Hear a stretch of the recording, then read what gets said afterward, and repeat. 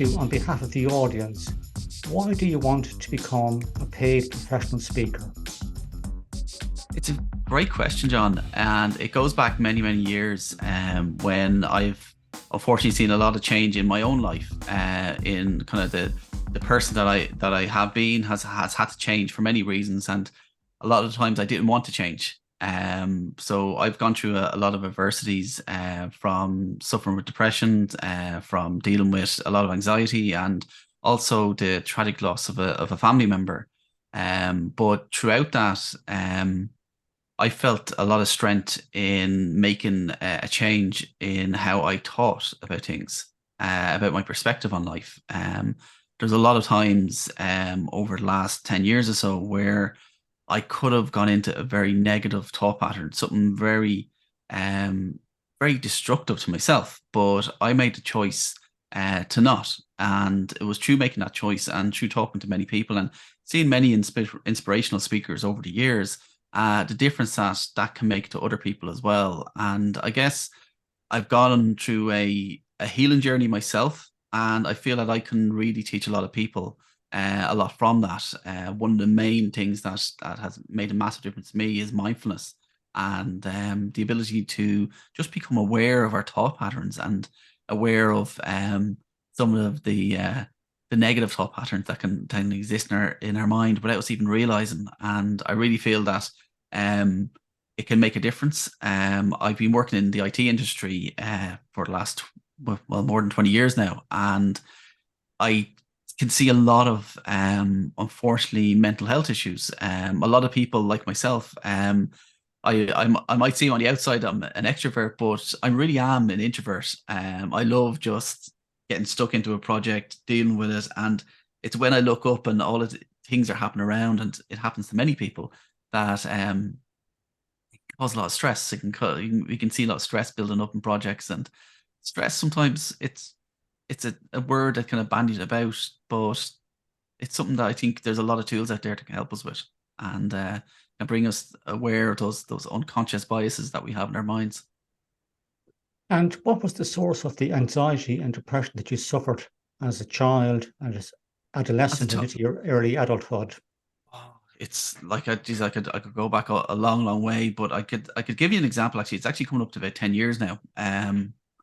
Where since I actually left work in an ambulance, it was October 2013.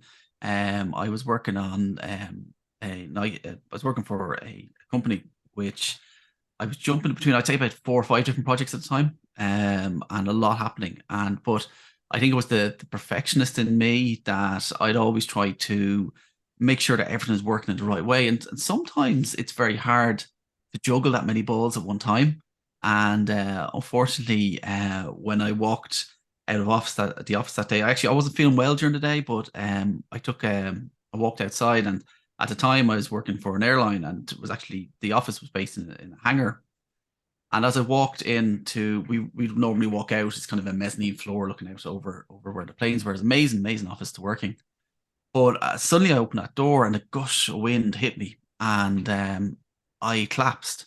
And luckily there was a colleague with me, and she was very worried. I actually felt like I was having a stroke, and I just totally incoherent. And eventually the ambulance came, and I was brought out to hospital, and my wife came out to see me, and an amazing, amazing doctor came out to see me. The place was jammers. I was sitting on a chair in an emergency room for an hour or two, and then when he eventually came out to me, he brought me out to a very quiet part of the hospital, and he tested this and this that, and he said, "Stephen, I know exactly what's wrong with you. It's not physical. You're stressed." And at that point, it was like a light bulb going off. I didn't actually realize that I'd been experiencing so much stress in my life. And it was funny because you're saying where did it come from? But sometimes you don't even realize that.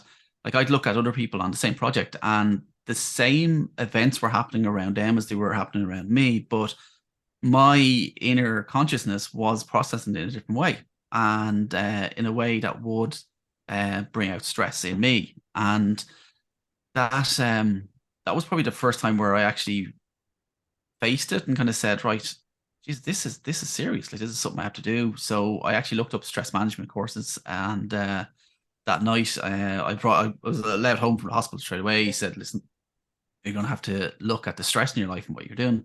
And when I looked at stress management, I found a mindfulness course actually starting the very next day.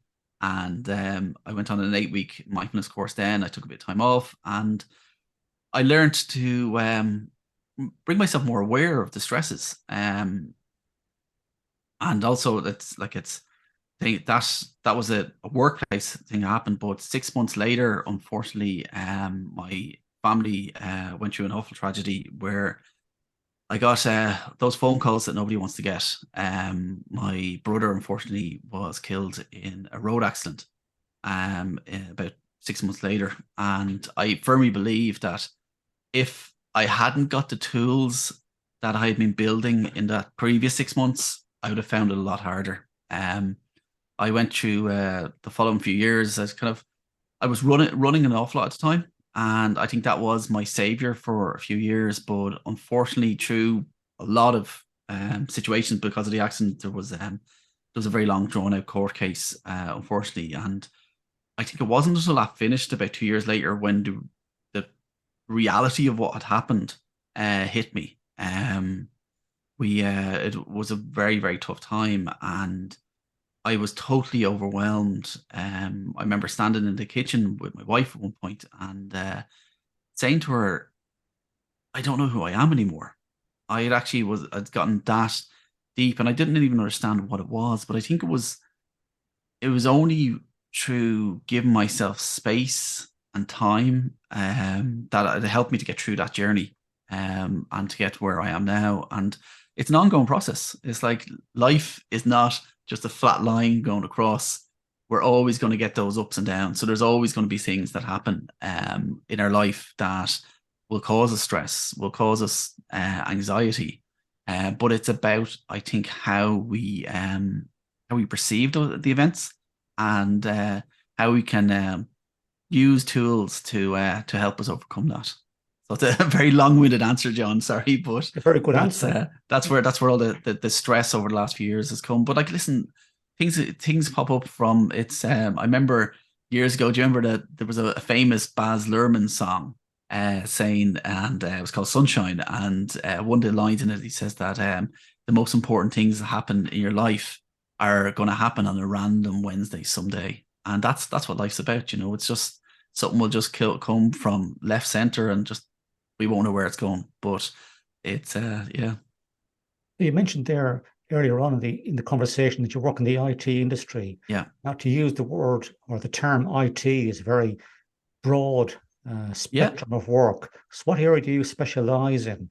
And aside from that, do you find the approaching deadlines stressful, or is more around teamwork where you're working with extroverts in a team? For example, you're introverted and there can be a bit of a clash and you find your energy is dissipated by these extroverted people who they nearly suck the life from you, I suppose you could say. It's weird. I've done kind of personality tests in the past, and I keep coming up as an extrovert, but I feel inside I'm an introvert. But to answer your question, I'm a Java software developer, so I've worked for. Geez, I started in Java development. Java is a programming language for anyone who doesn't know. So I started in the late 90s in this when it was literally coming out, and it's gone through many cycles. So I've worked on a lot of projects over the years. I've worked, like I said, in the airline industry. I'm working in the insurance industry for the last 7 years. So I've worked for government, actually, a few interesting projects like processing stamp duty and farm inspections, things like that. But to answer the other part of your question about deadlines and stress, it's like I think it's about managing the expectations as well. And what kind of happens to me, and actually I've learned an awful lot. It's actually funny. In the last year or so, a family member of mine has been diagnosed with autism, and I've learned so much from seeing her journey with autism that I've learned about myself, and simple things like, if say we're going on a project and we have idea of like this is the requirements, this is what we're doing, and then suddenly production issue comes in. There's a change to legislation suddenly, and we have to change something very quickly.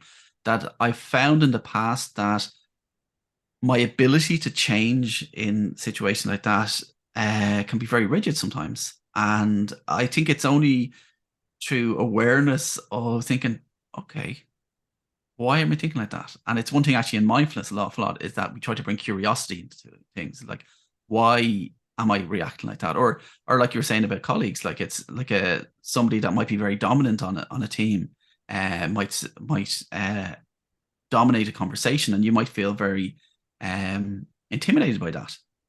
But I found in the last few years that just bringing curiosity to, like, right, why am I feeling like that? And why is that person like, I was at Brezzy there recently, and Very he good. was talking about it's a fantastic night, live performance in the Olympia. And one thing that he talked about, and I think he was quoting John O'Donoghue, very famous Irish poet and author, and he said that most people aren't evil. They're not out to get you. They're not out. They're actually just doing what's best for them in their moment. And I think switching the perspective to realize that, just looking at the bigger picture, that everybody has um has a perspective of what's going on in their life at that time. And I think stepping back from the reaction, and I would, in the past, I would be great for why is this happening? What's going on? Why is this project going this way? And I realized that, like, it's not good for our own health, you know. It's sometimes we have to just kind of step back and realize, listen, this just is what it is, you know. It's we're just gonna have to deal with it.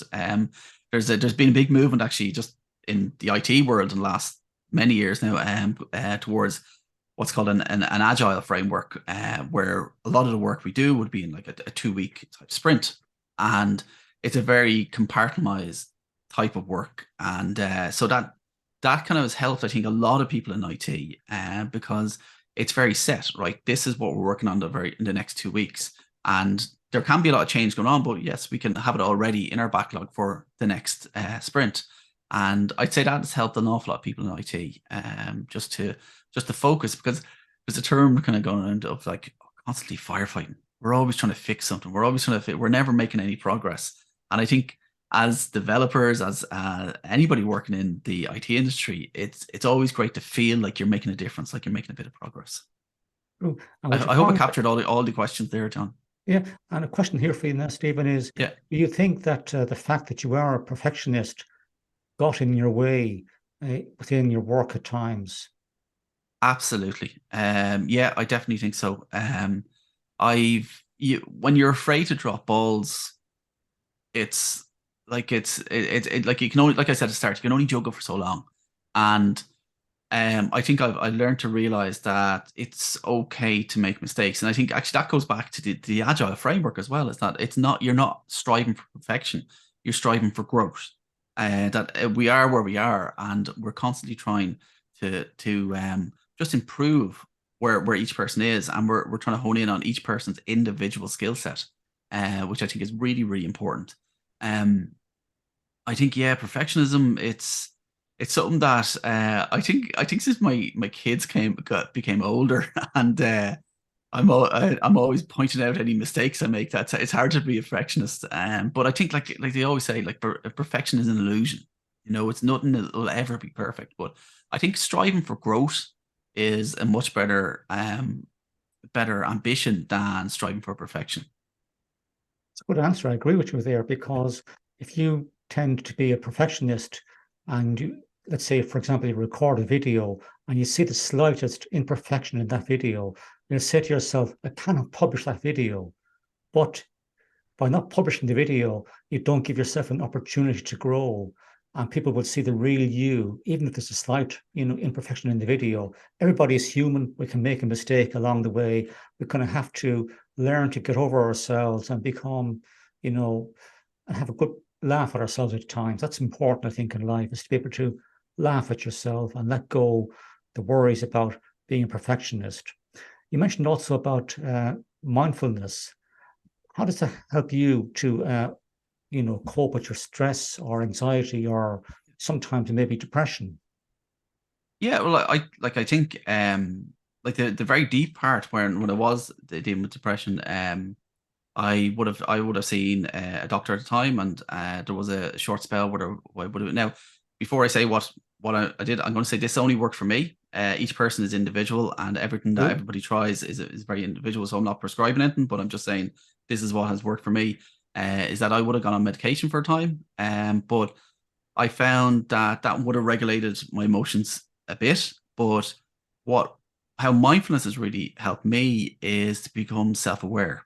And it's like a one thing that I strive for in my speaking and in my public talk public talks is that I want to break down a lot of the barriers to mindfulness. That a lot of people feel that if you don't know anything about it, that it's for people in a red robe and a monk in a monastery, someone sitting there in total isolation. And there's actually recently a great example came up. I was chatting to somebody on my podcast, and she was saying that she's also a mindfulness teacher, and she said when she was studying at the very start, she had there's certain practices that you have to do every day, and they were going on a long journey in the car. The kids were in the back, and she had to do a 20-minute meditation. That was the only time in the day that she felt she could do it. And so she was telling, right, everybody, be quiet. Everyone stop what you're doing. I'm putting my earphones on. I'm meditating for 20 minutes. And it was in that moment she actually stopped herself. She said, what am I doing? Like, the practice here is to be present with life around me. And a lot of times, and I know I struggled actually when I did that first 8-week course, and it was actually a similar one to what this girl Helena had done.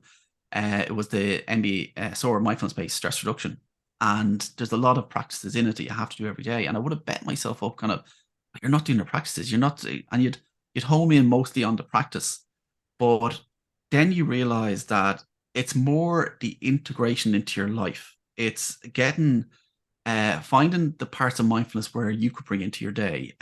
Things like I would have talked to recently at the Professional Speakers Association about just bringing kind of mindful reminders, mindful events, because we have an unconscious bias in our mind that is going to go to the negative side. It's going to get wrapped up. And because the type of personality I am, I get very stuck into a project and I forget to pull my head up. I forget to kind of look at what the bigger picture is, what's happening sometimes. So you have to set reminders to do it. And that's where I found the big key to mindfulness is to not just the formal practice, but the informal.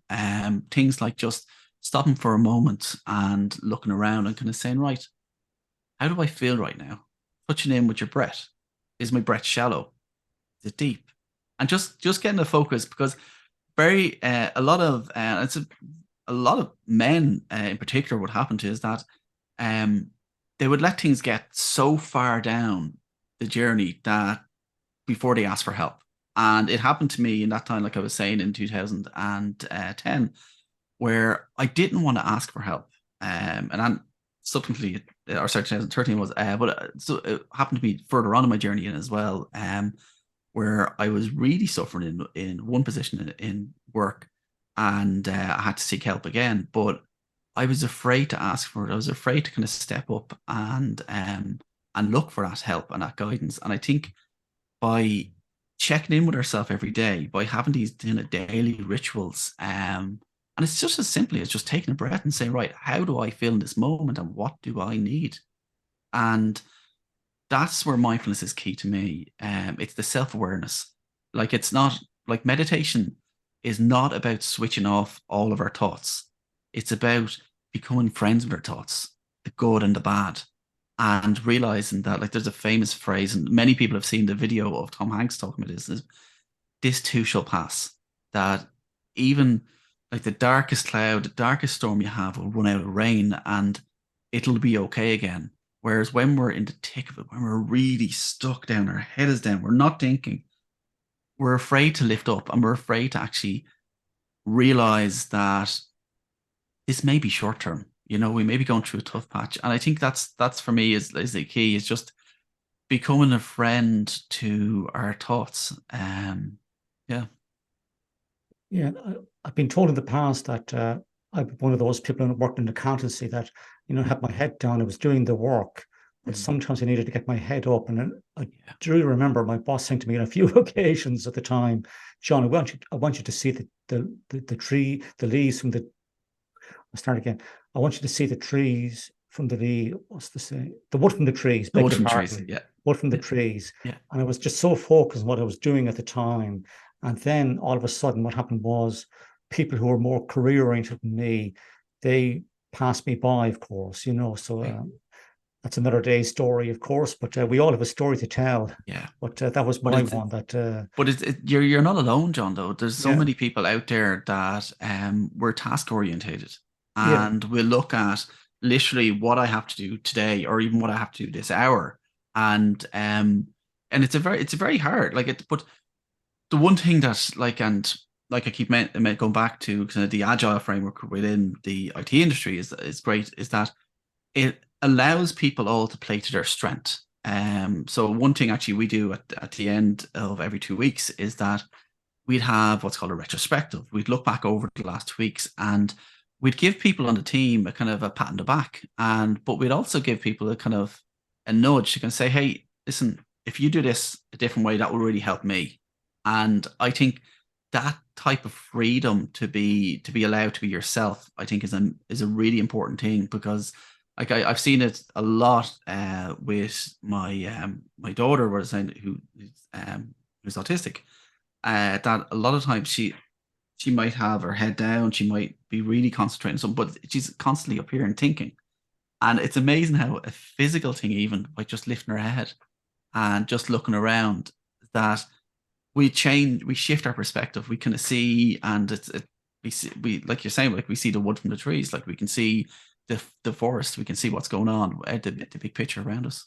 Yeah, I know from my own experience of project management, where you have milestones and you have to achieve them, and there's drop dead dates. It can be very stressful for people at times, and these dates approach. And I've seen a lot of people, who nearly were on the verge of palpitating or getting heart attacks at work, when a deadline was approaching. That's not good for a person's health. It's actually wearing you down for the future. You're actually on a road to effectively destroying your health at that stage when you start palpitating at work. And I've seen people in that situation with approaching deadlines in the past. Yeah, so this has been a great conversation today. So what's next for Stephen? What's next? I'm actually writing a book at the moment. I've talked about this book for many, many years, but I'm a firm believer that things happen for a reason, and they'll happen exactly when they're meant to happen. So I've been pairing it. I've been actually approaching a few publishers at the moment. The book is called The Mindful Living Guide, and it's how to bring mindfulness into your everyday life. And it's all about what we literally just been talking about, just about bringing practices into our mind, into our life, rather than mindfulness being an external tool that we run to in time of crisis, that it's something that we can integrate into our life. And that's what my next thing is. And then obviously I want to try and do more talks. It's like this whole season for you is all about change. And for me, I've had to deal with a lot of change over the last few years. Obviously with COVID, a lot of the public speaking and public events weren't happening. And so I had to go back and concentrate mostly on my IT work. So it's like I'm coming out to blossom again. That's what the plan is, for more talks, and hopefully by the end of the year we'll have this book published, and we can talk more about that. And one question for you, Stephen, before I conclude the conversation today is, what advice would you have for people who are suffering from stress or anxiety? I have 3 words: talk, talk, talk. The most powerful thing that I've ever done is to share. And I'm very, very lucky. I'm very grateful. I've got an amazing wife and supporter that I've been able to talk to, but a lot of people don't. And a lot of people don't have someone to talk to. So there's many places that I would signpost people to, like there's like the Samaritans. There's a great charity that I've done work for in the past called See Change. And they're part of, and I'm actually forgetting the name. They have a part of a charity for mental health as well, which I'll remember as soon as we hang up. But there's many places out there that if you don't have someone, a friend or a family member that you want to talk to, There's plenty of places out there. Even go to your doctor, talk to your doctor, but to just talk about how you're feeling and don't feel that you're on your own. There's like it's the more I talk about it, it's amazing. Like not a week goes by did I get a message from someone who I thought I had on a pedestal, and I felt that person is rock solid. There's no way that person ever has any mental ill health issues, and they do. We all have it, and but I think the most powerful thing we can do when we do not feel well is talk and just explain to someone this is how I'm feeling, and you'll be amazed that I remember actually it was during COVID, and sorry, John, I'm going on another tangent here, but I had an episode where I was not myself at all. I was fine for the first. I've worked from home in the IT career since the start of COVID, and I think it was about 2 months into it where there was a project which I was really struggling with, and I felt very overwhelmed. I had those kind of palpitations, like you talked about, but I opened up in work and I said, "Listen, I need to take some time off." This was in the middle of a very very big project, and I remember exactly what the IT or the HR guy said to me, because I contacted him. I said, "Listen, I'm so sorry this is happening," and he said, "Stephen, stop. If you had a broken arm, you'd be at home right now, not working. This is just as important."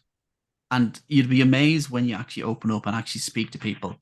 And I think it's a very thin veil that is down in front of a lot of people about how they actually feel and how they present themselves. And it's hard to be vulnerable. But my advice is just get out there and talk. Find someone, and there are people out there, charities. If you don't have someone personal that you can talk to, there's charities out there, and just chat and just open up and say, "Listen, this is how I feel." This has been a great conversation today. So what I've taken away from today's conversation are, firstly, if a person is suffering from anxiety or depression, the most important thing they can do is talk to a friend, talk to a family member, or get advice and talk to their GP. And if needs be, you might have to go on medication. And as Stephen said here earlier today, there's no one size fits all. There's no one cure is going to apply to everybody. You have to look at your own situation and get relevant advice from a medical profession. The second takeaway I have from today is, if you're working in the project management sector, whether it's in IT, accountancy, or in engineering, look at bringing in agile processes, because it gives the people involved in the project a chance to put forward what they've learned over the past couple of weeks and how they impact other people in their team. And it's probably better to some extent than the traditional project management methodology that's in place for a number of years. And thirdly, I think it's very important in any job nowadays to see the wood from the trees. Don't be so focused on your own work. Get your head up and look at how you're impacting other people ahead of you in the organization, or who rely on you for their support within the organization also. So I think that's very important, to see how your role impacts people at your level or at a more senior level in the organization, and also people reporting into you, to see that they're happy, the people that you're working with alongside in the organization, that they see the benefit of your work. That's important. Don't be so focused on your own role and just getting your head down. See the wood from the trees. That's very important. Is there anything else you'd like to say before I let you go, Stephen? No, John, listen, thank you so much. I've really enjoyed the conversation as well. And thank you for the opportunity to chat to you today. Of course, you're very welcome.